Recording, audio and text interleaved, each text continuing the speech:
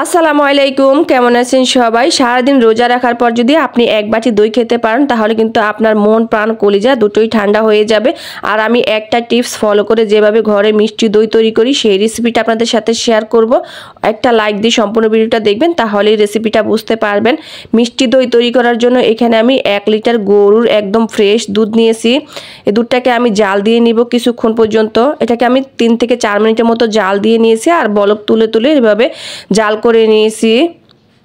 দুধটা যখন কিছুটা কমে আসবে তখন এর মাঝে আমি দিয়ে দিচ্ছি চিনি। এখানে আমি দিচ্ছি হাফ কাপ পরিমাণ চিনি, তবে আপনারা চাইলে এখানে চিনির পরিমাণটা আর একটু কম দিতে পারেন। এখানে আমি নিয়েছি হাফ কাপ গুঁড়া দুধ, আর এখানে দিয়ে দিচ্ছি আমি সিক্রেট একটা উপাদান, সেটা হচ্ছে কর্নফ্লাওয়ার। এখানে আমি 1 চা চামচ কর্নফ্লাওয়ার দিয়েছি। এখন গুঁড়া দুধের সাথে ভালো করে মিশিয়ে নিয়েছি। এই কর্নফ্লাওয়ারটা দেওয়ার কারণে আপনার দই কিন্তু 100% জমবে, কোনো রকম পানি ছাড়বে না। এই তো আমি কিন্তু 3 টেবিল চামচ লিকুইড দুধ দিয়ে কর্নফ্লাওয়ার আর গুঁড়া দুধ খুব ভালো করে মিশিয়ে নিয়েছি। তারপরে কিন্তু গরম দুধে ঢেলে দিয়েছি। ঢালার পর এখন আমি এটাকে অনবরত নেড়ে চেড়ে আরও কিছুক্ষণ রান্না করে নিব।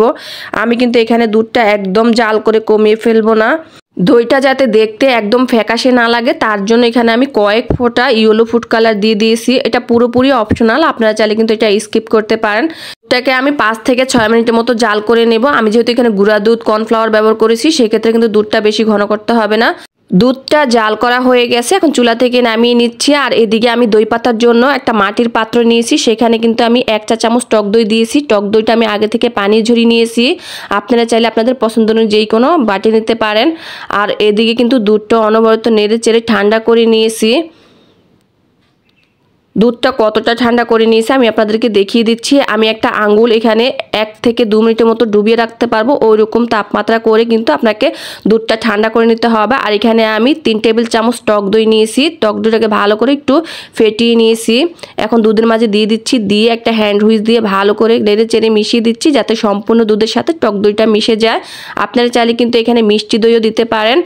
এই তো এখন আমি কিন্তু যে পাত্রে দইটা মেখে রেখেছিলাম সেই পাত্রে ঢেলে দিচ্ছি। এখানে কিন্তু আমার 1 লিটার গরুর দুধ দিয়ে পুরো 1 লিটার দই জমবে। দুধটা ঢেলে দেওয়ার পর এখন আমি একটা ফয়েল পেপার দিয়ে খুব সুন্দর করে মুখটা সিল করে দিচ্ছি। দইটা জমার জন্য এখানে আমি একটা হাঁড়ি নিয়েছি, আর এটা নর্মাল হাঁড়ি নিয়েছি। হাঁড়িটা কিন্তু আমি আগে থেকে গরম করে রাখিনি। এখন দইয়ের পাত্রটা আমি এটাতে বসিয়ে দিব, দিয়ে একটা ঢাকনা দিয়ে ঢেকে দিচ্ছি।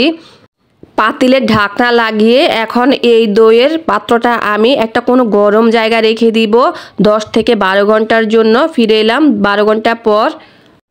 পাতিলের ঢাকনাটা খুলে এখন ফয়েল পেপারটা তুলে নিচ্ছি, আর আমি আপনাদেরকে দইটা দেখিয়ে দিচ্ছি। মাশাআল্লাহ, আমার দইটা এত সুন্দর জমছে, আমি কিন্তু নিজেই অবাক হয়ে গেছি দইটা দেখে। এখন এই দইটাকে আরও ভালোভাবে সেট করার জন্য আমি কিন্তু নর্মাল ফ্রিজে এটাকে 2 থেকে 3 ঘন্টার জন্য রেখে দিব। ফিরে আসছি 2 ঘন্টা পর। এই তো 2 ঘন্টা পর কিন্তু আমি নর্মাল ফ্রিজ থেকে দইটা বের করে নিয়েছি। আর দেখে নিশ্চয়ই বুঝতে পারতেছেন মাশাআল্লাহ অনেক সুন্দর দই জমেছে। আপনাদেরকে একটু কেটে দেখিয়ে দিচ্ছি এটা কতটা সুন্দর জমেছে। একটু পানিও কিন্তু ছাড়েনি। আমি যেই টিপসটা আপনাদেরকে দিয়েছি সেটা যদি আপনারা ফলো করে বাসায় দই তৈরি করেন সেক্ষেত্রে আপনাদের দইটাও কিন্তু এরকম পারফেক্ট হবে। মাশাআল্লাহ দেখুন এটা কত সুন্দর হয়েছে। একটা বাটিতেও তুলে নিয়ে দেখিয়ে দিচ্ছি আপনাদেরকে। দইটা দেখুন কিছুক্ষণ কেটে রাখার পরও কিন্তু কোনো রকম পানি ছাড়েনি।